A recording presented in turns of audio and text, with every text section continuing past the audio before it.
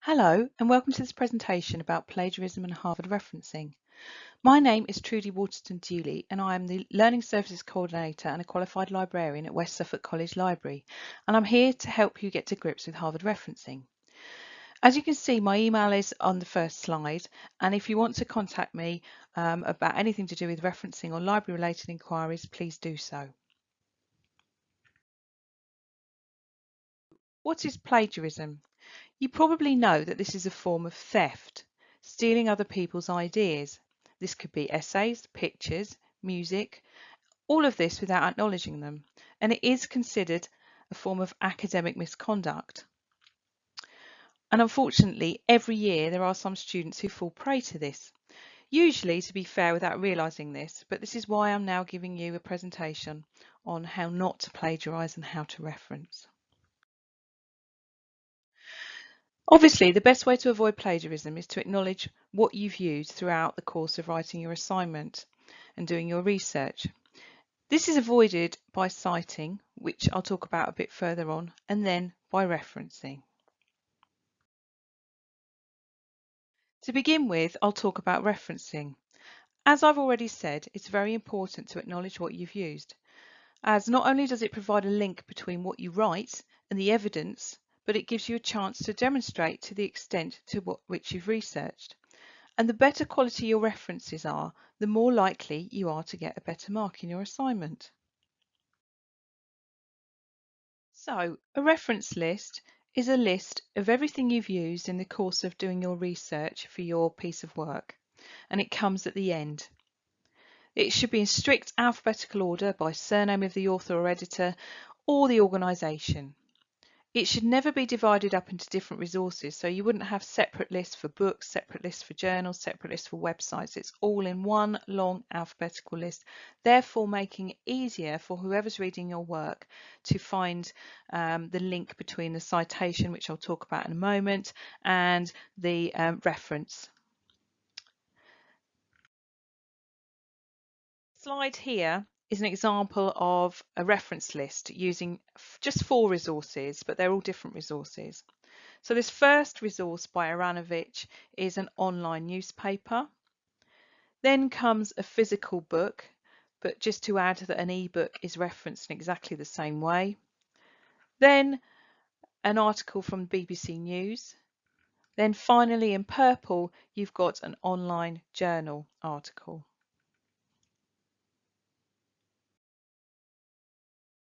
The type of referencing being talked about in this presentation is Harvard referencing.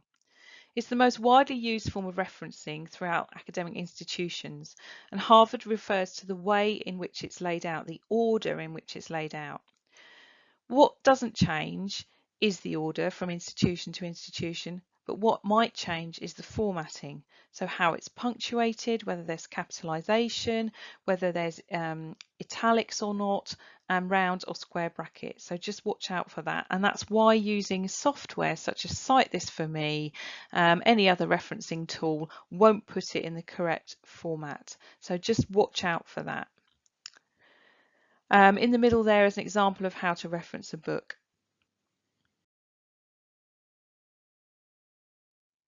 To create a reference from a book, first of all you need to look at the title page, not the cover of the book, because sometimes the information on the cover is different.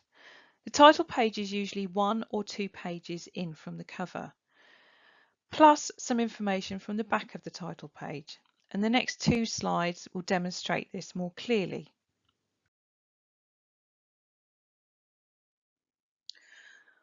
On the title page, you'll always find the authors or editors. This is the title page from the book, the reference that I've gone through already. So just to talk a bit more about that. So on here, the first component is the author editor. You've got Julie Beardwell and Amanda Thompson. Then you've got the third component, which is the title of the book. Then the fourth component, which is the edition. When referencing, you always need to include, if there is one, either second or subsequent editions. You never include the first because every book is a first edition, so you don't need to write that. On the back of the title page, you'll then find the year of publication, which is indicated in this red ring here.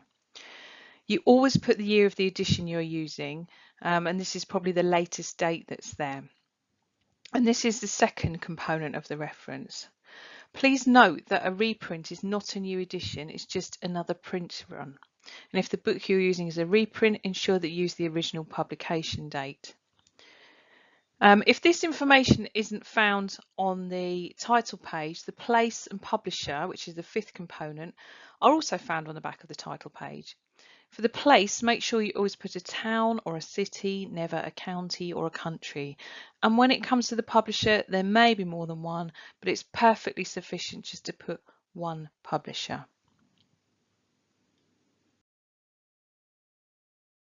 You may wish to use a direct quotation from a text, or put someone else's writing into your own words, and this is known as paraphrasing or summarizing.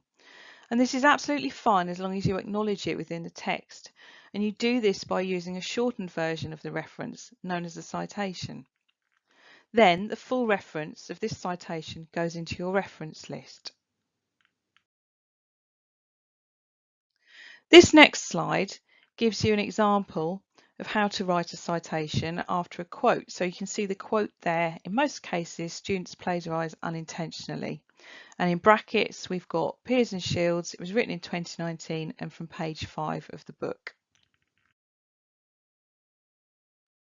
So the format of a citation doesn't actually change from resource to resource. It stays the same. So you will always have the authors, the year and the page, unless of course it's an online resource, in which case you won't have the page numbers, always enclosed in round brackets. This next slide displays a grid with the components and the correct order required to reference a book. So you've got the author or editors, always last name and then the initial, the year of publication, which is in round brackets, the title of the book in italics, the edition if there is one, and it's always abbreviated to EDN, followed by the place of publication and then the publisher. That's how a book would be referenced. And if you follow that, you can't go wrong.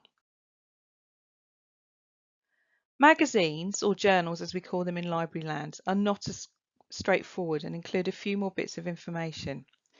Just ensure that you reference the actual article that you're using and not the whole magazine.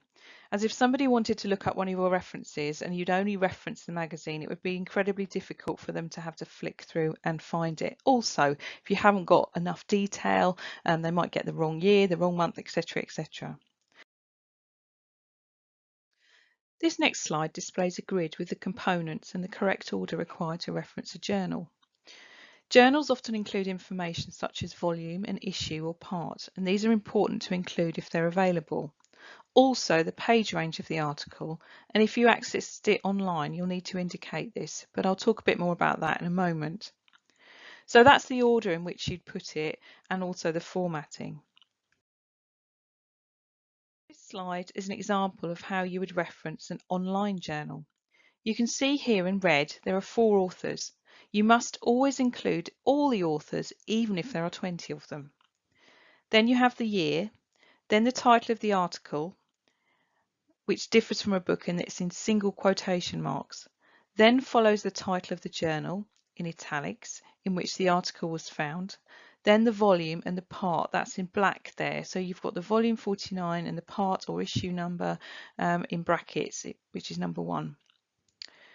Then you've got the page range in yellow, and then finally something called the DOI, which stands for Digital Objects Identifier. This is a unique number given to any electronic journal article, and it's usually found either in the reference in the database or on the article itself. And the next slide demonstrates this. So this is a page that I took from an online database. So it's an original article. And in the red ring, you'll see that there is a lot of the bibliographical information required for the reference, including the DOI. So it'd just be a case of copying and pasting it. So you can see it's there. It's at the bottom. It says DOI and then a load of numbers. Just a few tips on referencing books and journals. You only ever capitalise the first letter of the title of a book or a journal article unless it's a proper noun, for example, a name, a town, a country, an acronym, etc. For a journal title, so where you found the article, you capitalise each letter, for example, British Journal of Nursing. If you're citing page numbers for a single page, you write P dot and then the page number. And if it's a page range, you put PP dot and then the page range, however many pages it is.